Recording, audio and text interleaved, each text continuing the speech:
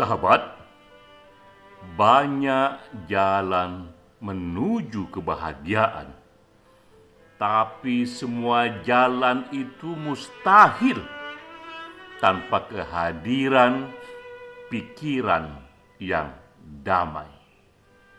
Kebahagiaan yang sejati hanya datang melalui pikiran yang damai. Inilah kutipan dari Thich Nhat Hanh, seorang guru spiritual yang baru saja wafat Januari 2022 bulan lalu. Ini pengantar yang kuat untuk kita mendiskusikan pemikiran Thich Nhat Hanh, bagian dari webinar Esoterika yang ke-23 setiap bulan. Esoterika, forum spiritual lintas agama, lintas keyakinan, mendiskusikan buku atau tokoh-tokoh ataupun peristiwa-peristiwa spiritual yang penting. Kali ini yang menjadi pembicara adalah sahabat kita, Dr. Reza Watimena. Ia seorang doktor ahli filsafat yang juga banyak mendalami filsafat timur, sehingga memang Dr. Reza ini otoritatif untuk juga membicarakan pemikiran Thich Nhat Hanh. Peran saya di sini memperkaya diskusi, menukik lebih jauh dengan eksplorasi kepada data-data mutakhir yang berhubungan dengan Thich Nhat Hanh, dan juga mencari perspektif yang membuat kita mendapatkan satu lesson to learn dari tokoh spiritual yang baru saja wafat ini. Saya mulai dari data Pew Research Center 2018 yang menyatakan bahwa meditasi kini menjadi kegiatan yang sangat populer di Amerika Serikat. Kita tahu meditasi ini awalnya selalu dikaitkan dengan spiritualitas timur, tapi kini di dunia barat, di pusat dunia barat, di Amerika Serikat, ia sudah menjadi kegiatan yang sangat populer. Pew Research Center menyatakan di sini bahwa penduduk Amerika sebanyak 40% mengklaim melakukan meditasi secara reguler setidaknya seminggu sekali.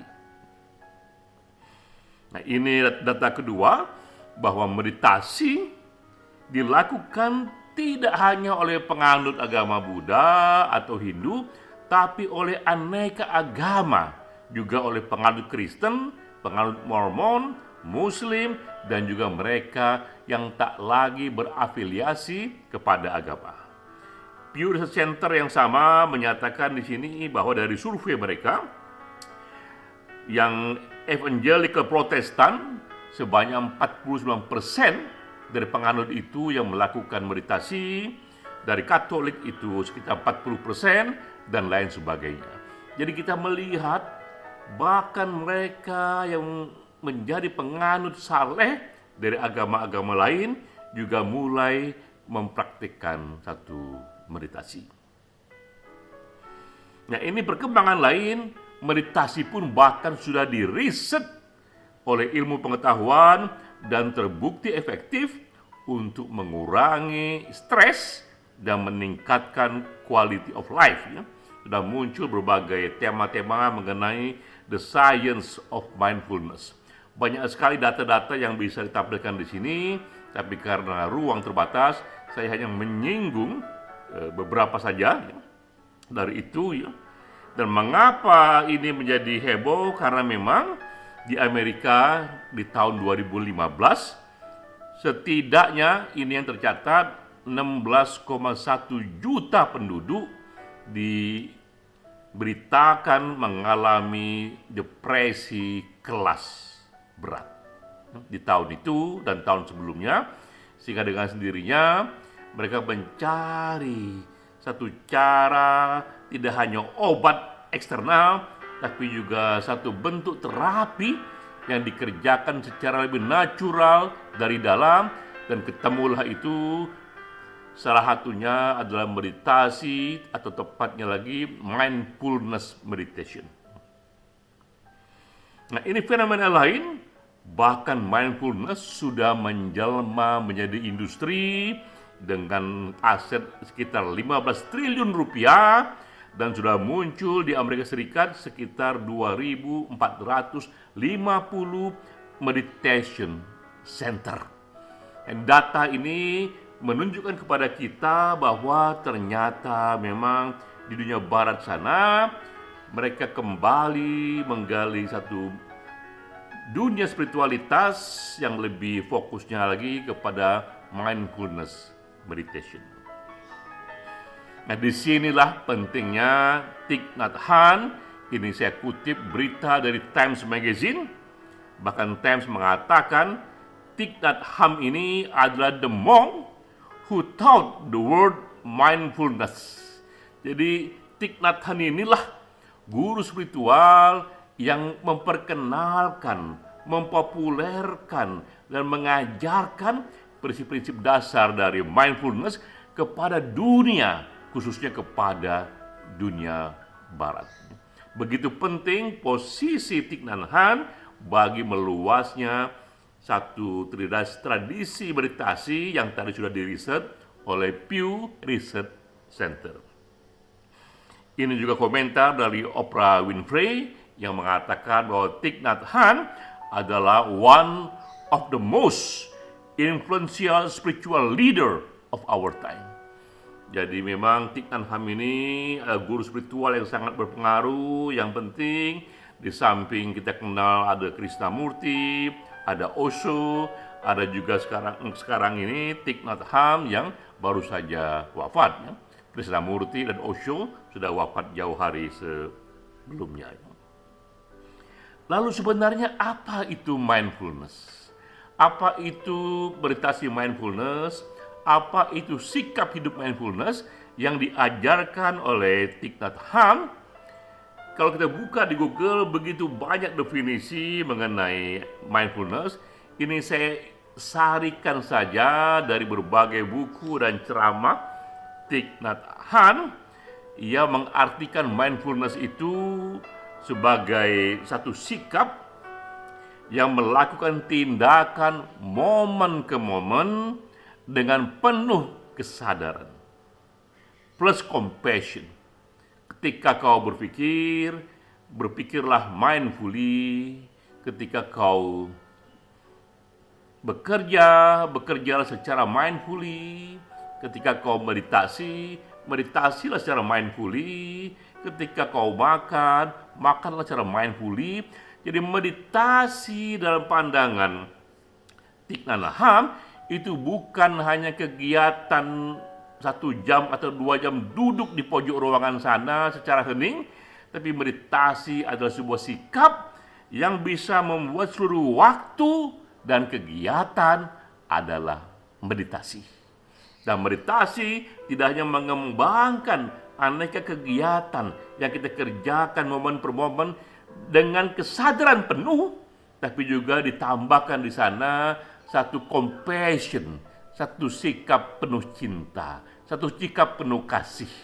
Jadi bisa kita katakan mindfulness yang diajarkan oleh Thich Nhat Hanh ini begitu sentral, karena ia bukan hanya kegiatan duduk di satu ruangan secara hening 1 jam per hari, tapi ia adalah sikap hidup yang mewarnai semua gerakan kita momen per momen, karena pikiran yang meditatif, karena cara hidup yang meditatif. Itu adalah cara hidup yang penuh kesadaran, yang menyadari apapun yang kita kerjakan plus compassion. Itu yang membuat Thich Nhat Hanh menjadi kokoh dan kuat, ya.